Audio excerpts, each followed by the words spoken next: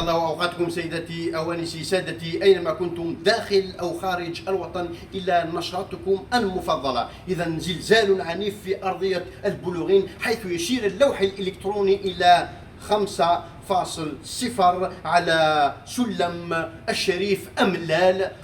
والحمد لله هذه الكارثة لم تسجل ولو ضحية، بما أن صارت على حدود أوتشين طهور أو أوتشين وفور، وكل الجماهير غير موجودة بأنها لعبت إنويتلو، والسبب هو اصطدام بين بلاكتين تكتونيكتين، بلاك تكتونيك سوناتراك وبلاك تكتونيك سونيليك. إذا البلاك تكتونيك تاع سوناتراك اللي تعتمد على سبونسوره الأبدي البترودولار، وبلاك تكتونيك سونيليك اللي بقات منه غير لا جونيس إلكترونيك، وحاليا تعتمد على بركة الجدود، بركة الوالدين، زيت الزيتون، الحميص، الكرموس، البخشيش، وهذا ما كان فوالا.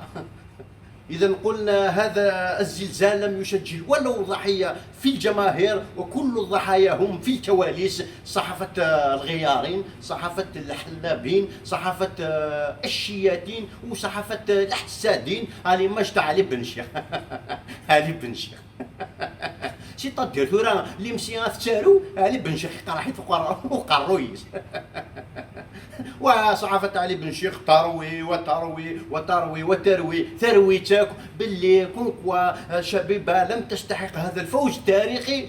5 عروياش نفكاس 5 ملايين يقعد نتيجش، اعطينا له 5 حبات بيض ما حبش ياكلهم. واش تحب يا سي علي؟ رانا في راكريج، جبنا كاش سبونسور نعطيك بلاطو.